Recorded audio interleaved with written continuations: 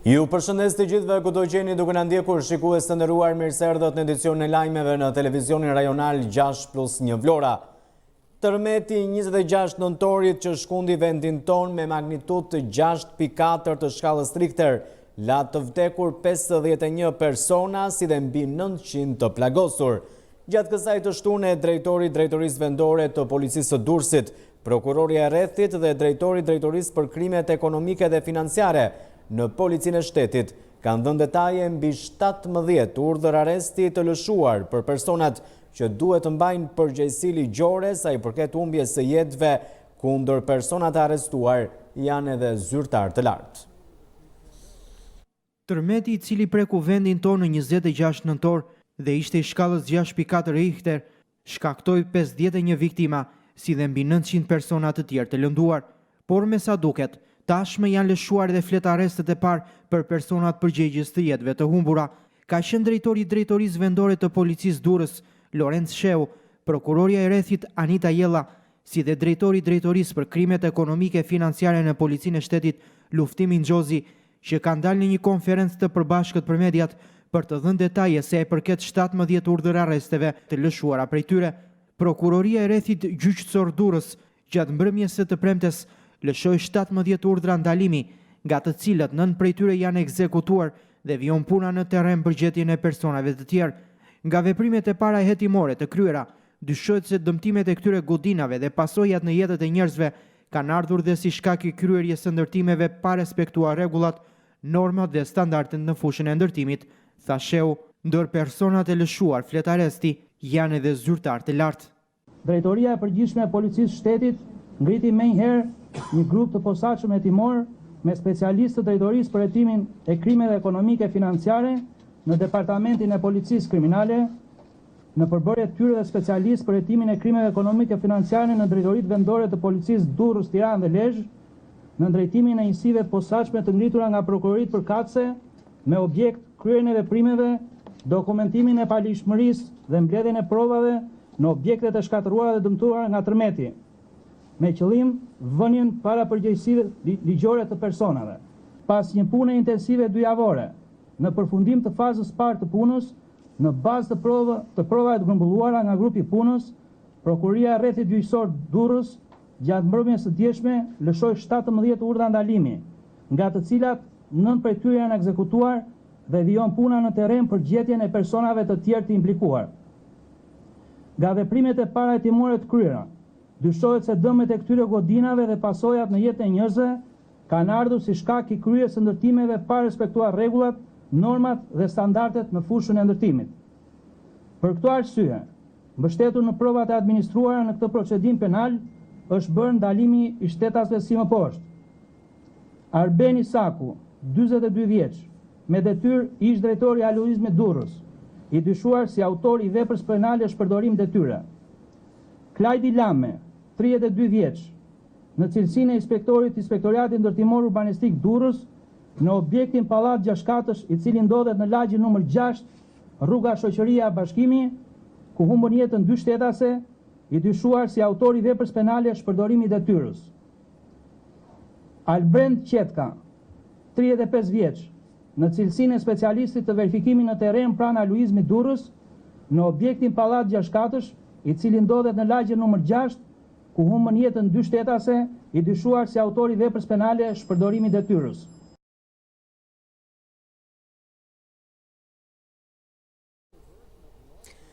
Është zhvilluar gjatë kësaj të shtune në gjykatën e shkallës së parë në Vlorë, seanca gjyqësore për komunikimin e masës arrestit për sekretaren e gjykatës administrative Edlira Sheu. Ajo akuzohet për shpërdorim detyre si dhe zhdukje apo humbje të fashrikullës. Seanca gjyqësore nisi në orën 9 të mëngjesit dhe ka zgjatur për rreth 40 minuta, teksa gjykata e shkallës së parë ka komunikuar masën e arrestit në burg gjatë kësaj seanse që drejtoi nga gjyqtarja Mirela Mishgjoni, ndërsa prokurori i çështjes Klodian Llahja. Është zhvilluar në gjykatën e shkallës së parë në Vlorë seanca gjyqësore për komunikimin e masës së arrestit për Edlira Sheun, ish sekretare gjyqësore pranë gjykatës administrative në Vlorë. e cila akuzohet për shpërdorim detyre, si dhe zhdukjen ose humbjen të fashikulës. Seanca gjyqësore ka nisur rreth orës 9 të mëngjesit të së shtunës dhe ka zgjatur për afro 40 minuta, teksa gjykata e shkallës së parë në Vlorë ka komunikuar masën e arrestit gjatë seancës gjyqësore, e cila u drejtua nga relatore Mirela Mishgjoni dhe prokurori i çështjes Klodian Llahja, ndërsa avokat mbrojtës Edmond Dëma. Shehu arrestua nga policia e Vlorës në akuzën e shpërdorimit detyrës për shkak përfitimi, teksa specialistët e krimit ekonomik e financiar pranë drejtorisë vendore të policisë, me anën e metodave speciale proaktive të hetimit, kanë bërë të mundur zbatimin e urdhrit të prokurorit për ndalimin e dyshuarës, nga ku hetimet e kryera ka rezultuar se kjo shtetase për gjatë periudhës kohore dhjetor 2018-nëntor 2019 ka ndryshuar disa vendime të gjykatës, duke i favorizuar palët sipas interesit vetjak.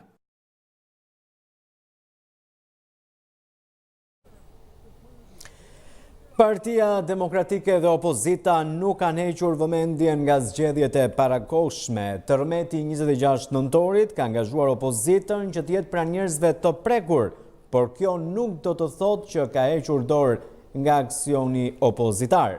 Kryetari i Partisë Demokratike të Vlorës, Genc Deromemaj, thotë se qëndrimi i opozitës dhe objektivi për zgjedhjet të parakohshme nuk ka ndryshuar.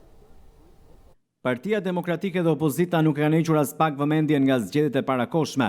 Tërmeti 26 nëntorit ka angazhuar opozitën që të jetë sa më pranë njerëzve të prekur, por kjo nuk do të thotë që është hequr nga vëmendja aksioni opozitar dhe qëllimi i kësaj force politike dhe opozitës që lidhet me zgjedhjet e parakohshme. Kryetari i Partisë Demokratike të Vlorës, Genc Deromemaj, në një intervistë dhënë për televizionin 6+1 Vlora, tha se nuk ka ndryshuar as pak ky objektiv, por çfarë parashikon me aksionin opozitar Partia Demokratike dhe si do të bëhet ai në vazhdimsi. Ka mbaruar prej kohësh një ristrukturim i Partisë Demokratike. Gjithë struktura është efikase, gjithë struktura dua ta them të gjë për fat të mirë dhe ndjenja e kënaqësi ka qenë e gatshme dhe ka qenë në këmbë edhe mbas kësaj tragjedie që na ndodhi neve si shqiptar. Dhe vazhdojnë të jenë në punën e tyre të përditshme, kuptohet, në bazë edhe të situatës në cilën ne po jetojmë. Ne vazhdojmë të kërkojmë një normalitet politik, ekonomik, social, kulturor në Shqipëri. Kërkojmë një normalitet që kjo qeveri për fat keq nuk po bën asgjë për ta dhënë për të na treguar që mund t'i arrijë. Për fat keq edhe gjërat e fundit dramatike treguan një çorganizim të strukturave shtetërore. Kështu që nuk mund të kërkojmë asgjë tjetër përveç se normalitetit. Por kjo qeveri për fat keq, ky kryeminist nuk po na ofron. Rrjedhimisht do kërkojmë atë që duhet kërkojmë sipas ligjit. Tërmeti ka bërë që Partia Demokratike të jetë pak më e tërhequr nga deklaratat politike dhe kauza e saj, për shkak se duhet kalonte kjo situatë emergjente, por as pak nuk ka ndryshuar objektivi që kjo forcë politike ka për zgjedhjet të parakohshme.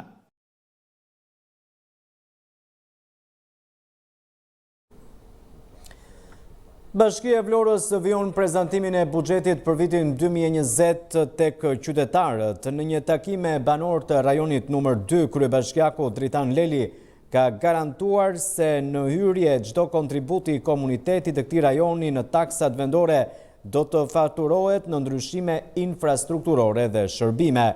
Domosdoshmëria administratorëve të pallateve një tjetër pikë diskutuar, ndërsa kryebashkiaku Dritan Leli u ndal edhe tek kthimi i kateve në lokalet e dyqane nga qytetarëve, ku bashkia ka vendosur të ulë taksat për banorët që janë dëmtuar strukturat e këtyre pallateve. Buxhetimi me pjesëmarrje të komunitetit 2020, kryetari i Bashkisë së Vlorës Dritan Leli takoi banorët të rajonit 2, shoqëruar nga kreu i këtij rajoni Sokol Kanani. Sipas kryetarit të rajonit 2, ky rajon është ndër më përfituesit e projekteve investuese të Bashkisë Vlorë. Kryebashkiaku Dritan Leli ka garantuar që në hyrje se çdo kontribut i komunitetit të këtij rajoni në taksat vendore do të faturohet në ndryshimet e infrastrukturës dhe shërbime. Ambienti dhe mjedisi i mbarë i rajonit është juaj, është shprehur Leli, e ju duhet që të jeni mbrojtësit më të mirë të territorit dhe investimeve të kryera këtu. Për sa i përket bolierëve në pallate, jeni për heqjen e bolierëve apo jo? Siç besoj keni parë të gjithë, unë isha në Durrës që në momentet e para mbas tërmetit. Dhe shkova nga, nuk më thiri kush, shkova nga dëshira ime për të shërbyer atyre njerëzve. Dhe pash që një financimin e bankës gjermane që do të kapi, do kaloj 40 milion euro në total kur të realizohet, që do t'i garantoj minimalisht 80% më shumë furnizim qytetit Vlorës me ujë të pishëm. Problematika e depozitave në katët e fundit ngelet prezente dhe është një kërcënim për jetën atyre që jetojnë katë fundit, një burim konflikti për gjithë dhe problematika me gjithë komunitetin.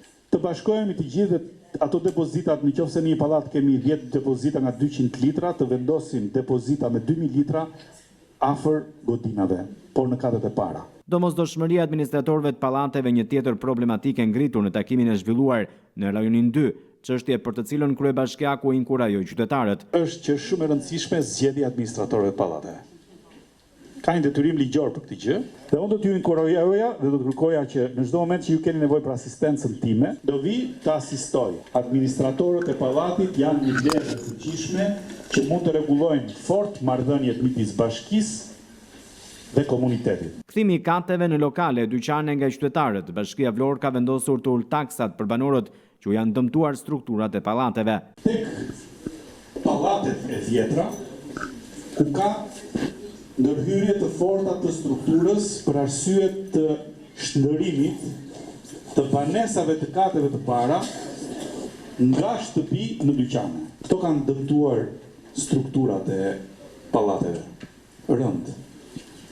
Dhe për këtë arsye, në vendimin e fundit për taksat e tarifat që ne morëm, në konsult me komunitetin, në konsult me biznesin, në konsult me qytetarët që kanë njohuri inxhinierike dhe arkitekt, ne vendosëm që të ulim taksën 4% dhe të bëjmë një zbritje 30% ndryshe nga të gjithë ndërtimet e tjera në të gjithë territorin e bashkisë. Edhe këtë 4 vjeçar do të punohet me infrastrukturën, veçanërisht në brendësitë e Lajmeve, ka përfunduar kryebashkiaku.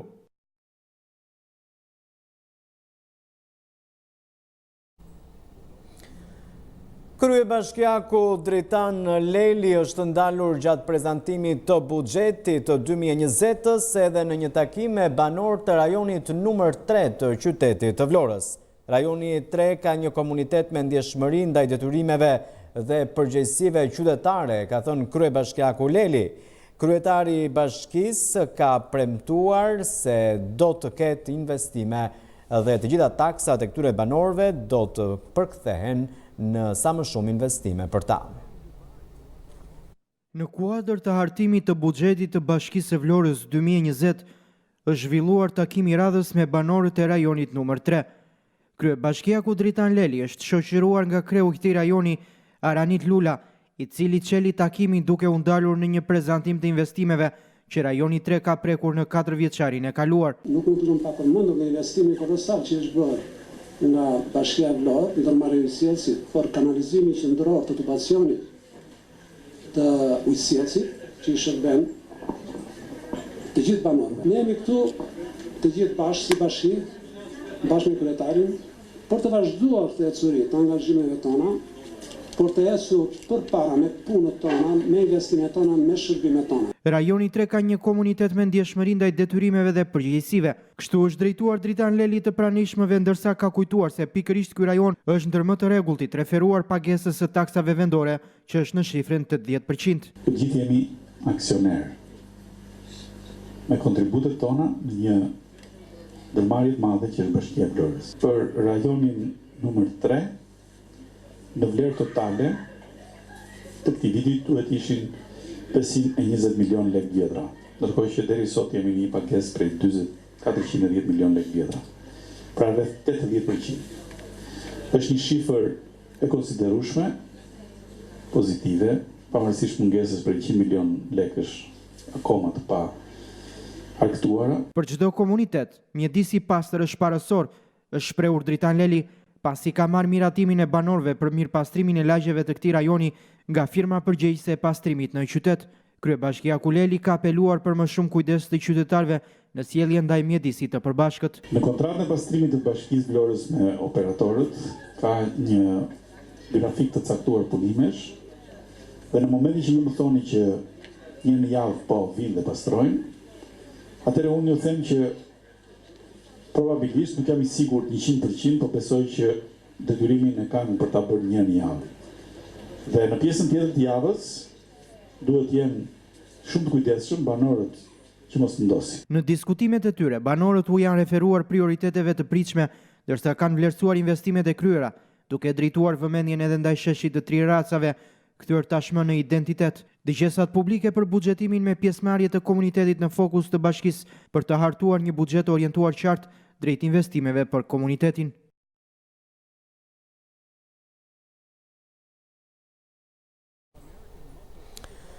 Këshilltarët bashkiak janë mbledhur bashkë në një trajnim mjaft të vlefshëm dhe të domosdoshëm që ka të bëjë me detyrën dhe funksionimin e tyre për këshilla sa më të suksesshme dhe në funksion të qytetarëve. Ky trajnim mundësohet në kuadër të programit Bashki të Forta me financim të Agjencisë Zviceriane për Zhvillim dhe Bashkëpunim. Trajnimi është ofruar këshilltarëve, të 61 këshilltarëve bashkiak në të gjithë vendin, ndërsa për të theksuar është fakti se tashmë zbriti edhe në Vlorë. Këshilltarët e Këshillit Bashkiak të Vlorës janë mbledhur bashkë në një trajnim mjaft të vlefshëm dhe të domosdoshëm që ka të bëjë me detyrën dhe funksionimin e tyre për këshilla sa më të suksesshëm në funksion të qytetarëve. Ky trajnim mundësohet në kuadër të programit Bashki të Forta që zbatohet në Shqipëri nga Helvetas Suis Interkooperacion me financim të Agjencisë Zviceriane për Zhvillim dhe Bashkëpunim. Trajnimi është ofruar të gjithë këshilltarëve të 61 bashkive në të gjithë vendin, ndërsa radha u ka ardhur edhe këshilltarëve bashkiak të Vlorës. Në fakt, për të rritur efektivitetin edhe për të shtuar edhe përgjegjshmërinë e këshilltarëve, unë mendoj që këto gjëra duhen diferencuar. Ose duhet diferencuar edhe për pjesëmarrjen në komisione. Ligji ka përcaktuar, këshilltari paguhet me 10% të pagës së kryetarit. Në rregull, ky është problemi domethënë që merret. Tani, duke qenë se ju vini dhe si përfaqësues politik, domethënë përgjegjshmëria e këshilltarit duhet të jetë si në mbledhjet e këshillit, ashtu do duhet të jetë edhe në mbledhjet e komisionit. Se po aq të rëndësishëm janë si mbledhjet e këshillit dhe mbledhjet e komisionit. Ju ishi tani që ishim një javë në Zvicër dhe e pat që një bashki me 70.000 vet, ne jemi 200.000 vet si Vlorë. Ajo kishte 2 miliardë e kishte buxhetin vjetor, 2 miliardë, ndërsa Bashkia e Vlorës e ka 12 dhe 13 milion euro. Janë ndryshime shumë të mëdha. Nuk mund të futem me njerë, do me thënë që edhe tek ne të parashikojmë shumë. Vërtet buxhetin e kemi vetë dhe deri tani, në ndryshim nga shumë bashki, bile edhe Tirana para 2-3 vjetësh, kur doli eksperiencë e Vlorës, se data se kishin që ta kishin buxhet në vetë. Kryetaria e Këshillit të Bashkisë së Vlorës, Migena Balla, si dhe këshilltar kanë vlerësuar mjaft të rëndësishëm trajnimin. Pas vizitës në Zvicër, ky trajnim vjen për mendimin tim në momentin e duhur, sepse ishte mundësia më e mirë për të ndarë me të gjithë antarët e Këshillit Bashkiak të Bashkisë Vlorë ato gjetje dhe të gjitha ato rekomandime që ne të gjithë bashkë i konsideruam si një plan pune që do të zhvillohet në vitet e ardhshme, gjithmonë e mbështetur nga Bashkitë e Forta. Edhe sot, në ditën e parë të këtij trajnimi, patëm mundësi të flisnim për kompetencat e këshilltarëve dhe këtu diskutua sërish edhe një herë për të qenë sa më eficient këshilltarët, është e nevojshme dhe mu duk se shumica e këshilltarëve ishin pro këtij mendimi për diferencimin e pagesës në gjitha veprimtaritë që këshilltarët realizojnë. Pra, të ketë një diferencim për këshilltarët që marrin pjesë në mbledhjet e këshillit, që marrin pjesë në komisione dhe që janë të pranishëm në çdo dëgjesë publike ose në aktivitete të tjera që kryen në komunitet apo dhe nga bashkia. Sot është dita e parë e trajnimit në kuadër të programit Bashkive të Forta për trajnimin e këshilltarëve bashkiak. Ky trajnim ka për qëllim të përforcoj rolin dhe funksionimin e këshillave bashkiak, të përforcoj funksionin e tyre vendimarrës, përfaqësues dhe kontrollues. Sot është dita e parë e trajnimit i cili zhvillohet në kuadër të programit Bashki të Forta, realizuar nga Swiss Intercorporation në bashkëpunim dhe me Agjencinë Zviceriane për Zhvillim dhe Bashkëpunim.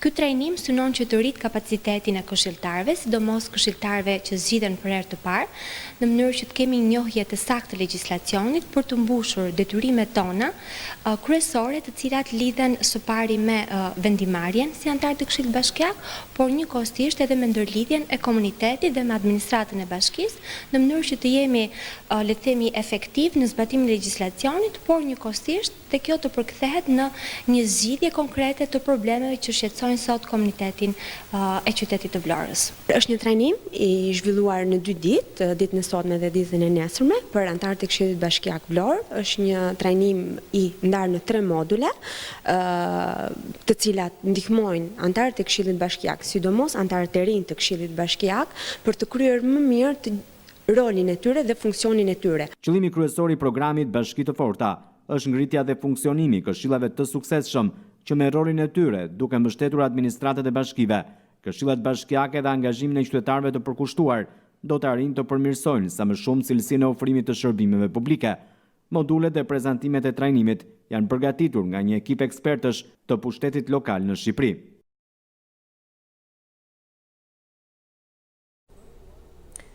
Shiu i rënë mbrëmjen e kaluar ka përsëritur të njëjtën situatë në lagjen 10 Korriku, ashtu si kundër edhe vite më parë, ku të gjithë e mbajnë mend rrugën e Unazës së vjetër, që është bërë pikërisht tashmë edhe investim i ri, ku nga kodra sipër zbriste një sasi e konsiderueshme balte. Kështu ka ndodhur në fakt edhe pas shiu të fundit, por ka ndryrë ndërmarrja e shërbimeve publike për pastrimin e baltës nga rruga, dërsa për të theksuar është fakti se duket se ndërmarrja e shërbimeve publike shpesh kohët e fundit po bën sikur po punon në rrugët e qytetit, por pa dhënë zgjidhje konkrete. Shiu i rënë mbrëmjen e së premtes ka përsëritur të njëjtën situatë në lagjen e 10 Korriku. Të gjithë e mbajnë mend që kur ishte rruga e vjetër pa u bërë investimi Unazës së re, balta zbriste nga kodrat poshtë rrugës. Kështu ka ndodhur edhe tani kur investimi ka përfunduar. Pamjet që po ndiqnin në ekran sjellin situatën në këtë rrugë nga balta. Gjatë natës ka patur rreshje shiu dhe balta ka zbritur në këtë segment rrugor.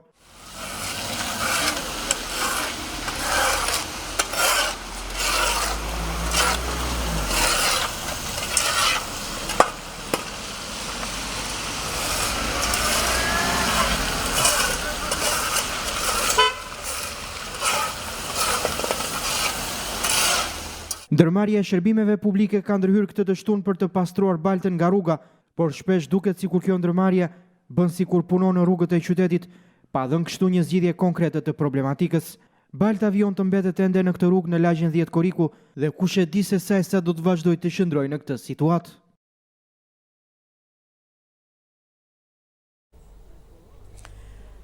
Vlora këtë vit nuk pati fatin që të ketë një treg të gjës së gjallë të standardeve në prag të festave të fundvitit. Situata mbetet e vështirë dhe problematike në tregun e improvizuar të gjës së gjallë, aty ku lidhet autostrada me Transballkaniken, ku balta dhe uji e kanë pushtuar. Por shumë e vakët është lëvizja e konsumatorëve, ndërsa shumë familje duket se do të privohen këtë fund vit nga të paturit në tavolinën e ndrimit të viteve të gjelit tradicional, edhe kjo nga situata jo e mirë ekonomike. Vloras këtë vit nuk pati fatin të ketë një treg të gjës së gjallë me të gjitha standardet. Situata mbetet problematike dhe vështirë në këtë treg të improvizuar të gjës së gjallë që gjendet në hyrje të qytetit dhe që lidh autostradën me Transballkanin. Balta dhe uji kanë pushtuar këtë treg të improvizuar, ndërsa tregtarët janë detyruar të ushtrojnë në këtë territor veprimtarinë e tyre të përditshme. Jashtëkamerës ata ankohen për këtë situatë skandaloze dhe as pak të përshtatshme, edhe pse është premtuar shpesh se kjo do të merrte një zgjidhje çështja e tregut të gjës së gjallë që do të zhvendosej nga ky territor, nuk ka ndodhur kështu. Edhe këtë fund vit tregu improvizuar do të jetë po këtu, ku edhe ka qenë vitet e fundit.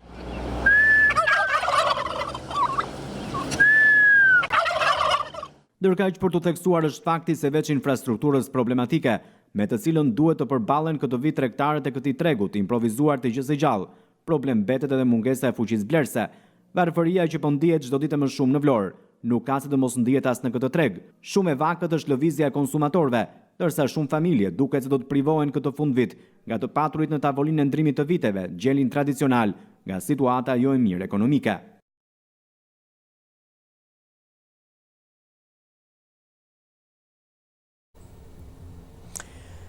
Rruga e plazhit të vjetër, një investim që u la në mes. Mesa duket fondet do të digjen në fakt për fazën e dytë të këtij investimi si pasojë e tërmetit që do të krijojë kështu një grop në buxhetin e vitit që vjen.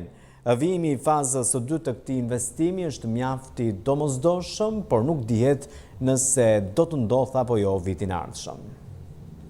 Investimi i bërë pa kohë më parë në rrugën e plazhit të vjetër është lënë tashmë për gjysmë. Pamjet që po ndishtin në ekran janë filmuar nga televizioni 6+1 Vlora gjatë paradites dhe ato sjellin momente nga kjo rrugë ku duket fare mirë se projekti nuk u vazhdua më tej. Rruga e plazhit të vjetër e rehabilituar vetëm pa kohë më parë. Ka ardhur deri tek fushat e sportit, por nuk ka vijuar më tej. Edhe pse u tha se do të vijonte, ende nuk dihet se përse nuk ka nisur puna, e po të kemi parasysh faktin se jemi në fund të këtij viti dhe u tha se brenda vitit mund të niste faza e dytë e këtij investimi.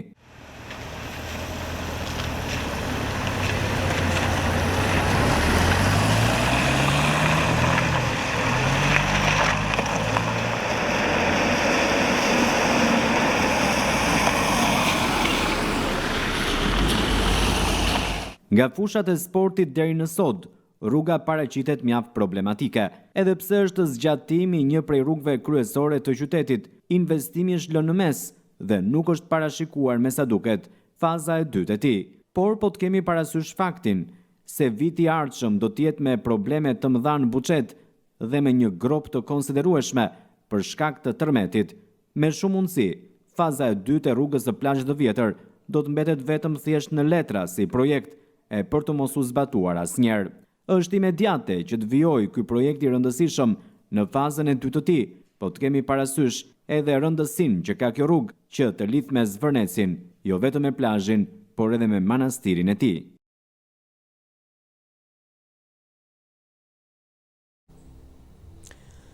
Flamurtari ka marrë një pikë të vlefshme përballë Bylisit në ndeshjen e luajtur gjatë kësaj të shtune në Vlorë, takimi i cili ka patur gola dhe ka përfunduar me rezultatin 2-2. Për flamurtarin kanë mbetur edhe 2 ndeshje vendimtare deri në fund të këtij viti kalendarik.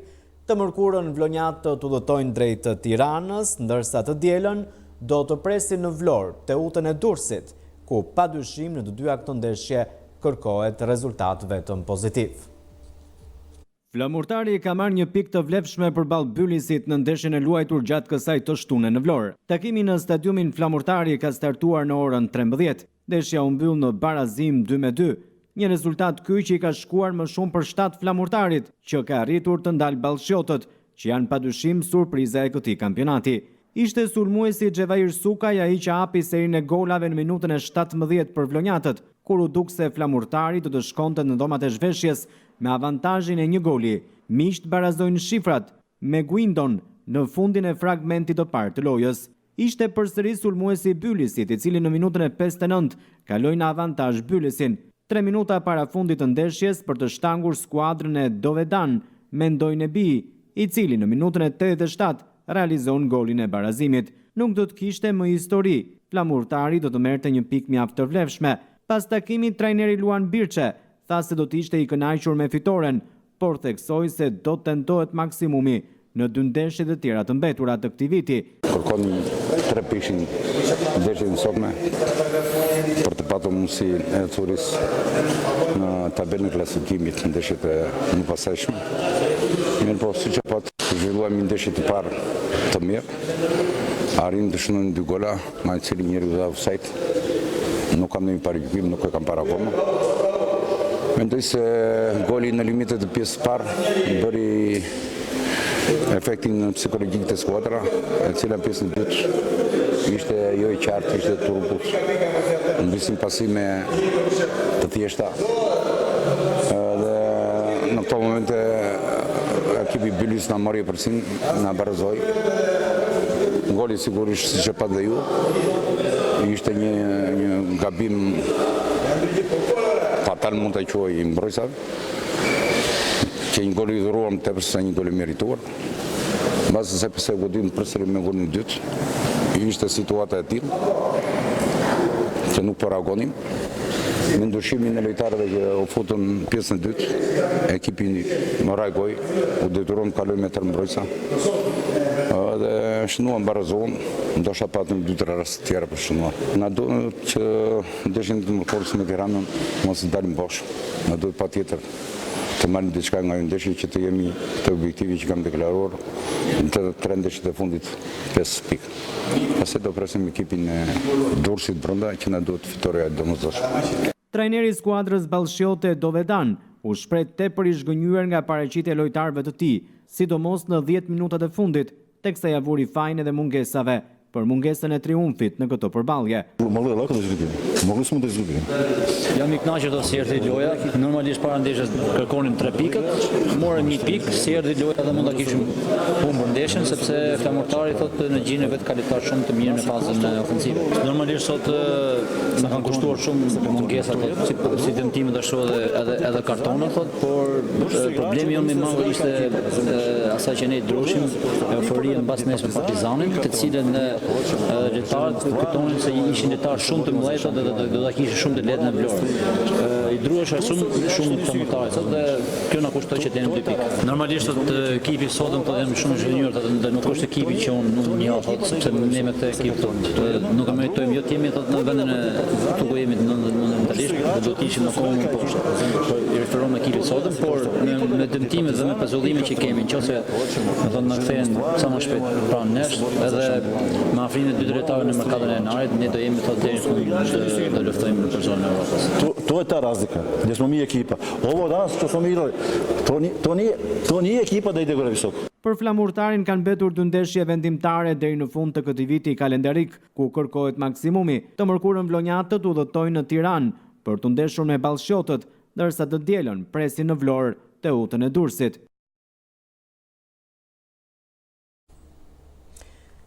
Flamurtari në basketbol për femra fitoi me rezultatin 121-83 përballë Partizanit. Ndeshja u luajt gjatë paradites së kësaj të shtune në Pallatin e Sportit Flamurtari në Vlorë.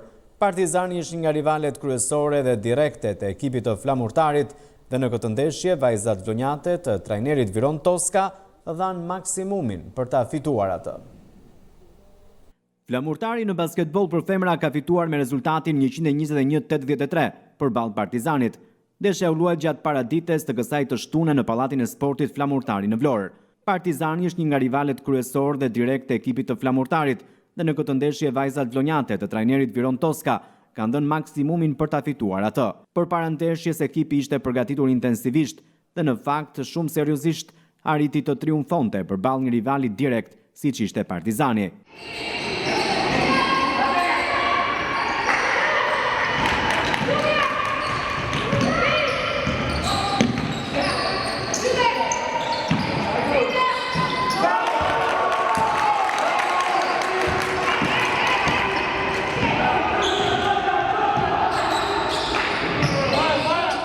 Flamurtari Partizani në basketbol për femra ishte një takim i vështirë për të dyja skuadrat për shkak të faktit që në këtë ndeshje luante vendi i parë me vendin e dytë. Në fund Flamurtari drejtuar nga Viron Toska ka fituar me rezultatin 121-83 përballë Partizanit. Me këtë fitore Flamurtari vijon të kryesojë bindshëm tabelën e klasifikimit në vendin e parë. Ekipi Flamurtarit është pretendenti kryesor për titull kampion këtë sezon, por edhe për trofet e tjerë në garë, siç është Kupa dhe Superkupa.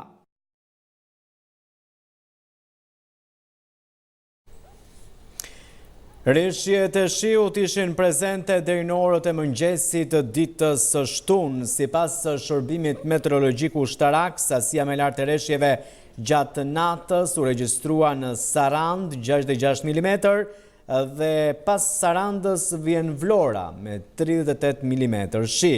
Për ditën e diel moti do të jetë kryesisht i kthjellët e vranësira të pakta kalimtare, këto kryesisht gjatë relieveve malore. Rishjet e shiut ishin prezente deri në orët e mëngjesit të ditës së shtunë. Sipas shërbimit meteorologjik ushtarak, sasia më e lartë e reshjeve gjatë natës është regjistruar në Sarand me 66 mm, në Vlorë më pas me 38 mm shi dhe në Berat me 23 mm, ndërsa pjesa tjetër ka qenë më pak se kjo sasi. Në zonat malore në Verilindje dhe Juglindje, në lartësinë mbi 900 metra, reshjet ishin në formën e dëborës.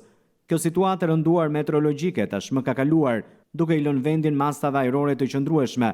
Për pjesën tjetër të ditës, moti do t'jetë me kthjellime dhe vranësira të pakta.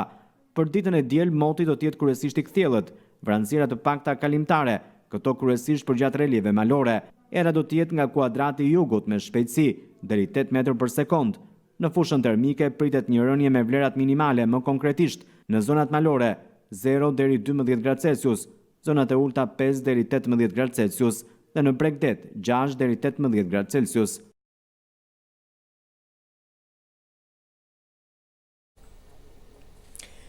Kryeministri në detyrë i Kosovës Ramush Haradinaj ka sfiduar së fundmi forcat e FSK-s në Pompa. Gjatë vizitës së tij tek Ministria e Mbrojtjes, ai ka vizituar oficerët e rinj të forcave të armatosurat të Kosovës dhe i ka sfiduar ata duke kryer pareshtur plot 53 pompa.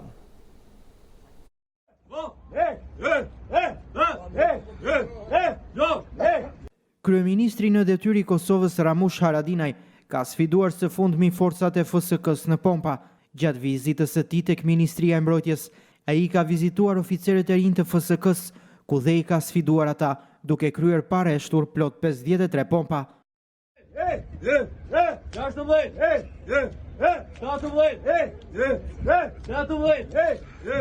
I veshur me këmish dhe pantallona serioze, shtrihet në tokë dhe sfidon dy oficerë të rinj, e ndërsa ushtarët ndalojnë, ai ende vazhdon t'i japi shfaqje, duke marrë duar trokitje nga të gjithë.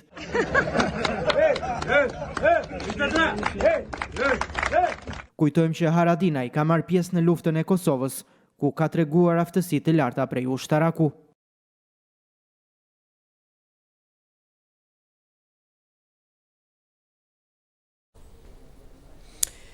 Komisioni i ligjeve i dhomës përfaqësuesve miratoi dy akuza kundër presidentit Donald Trump duke çuar procesin drejt votimit në dhomë.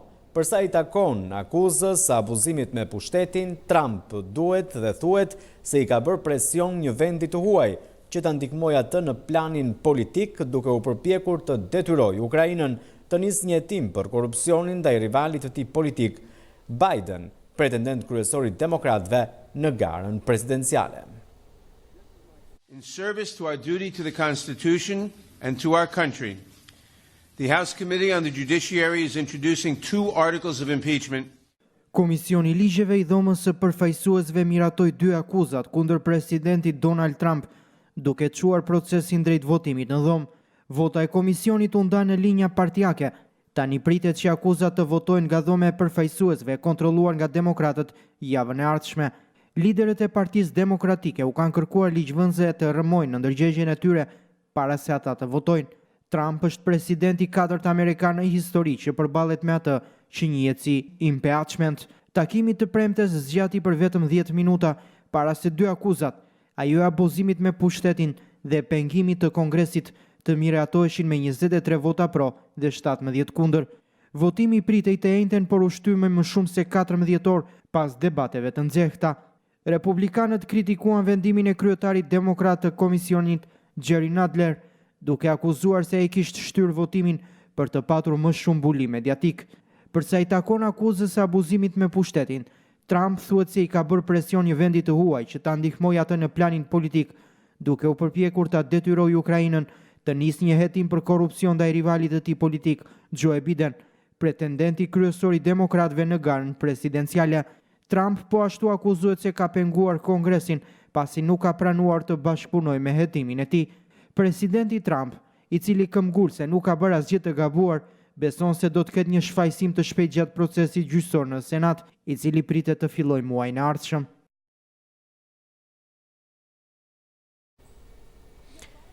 Korea Veriore ka bërë një test të rëndësishëm për të forcuar prezencën e saj bërthamore. Korea Jugore kishte paralajmëruar më herët për këtë testim. Bisedimet në mes të Shteteve të Bashkuara të Amerikës dhe Koreas Veriore rreth programit bërthamor kanë mbetur të ngrira.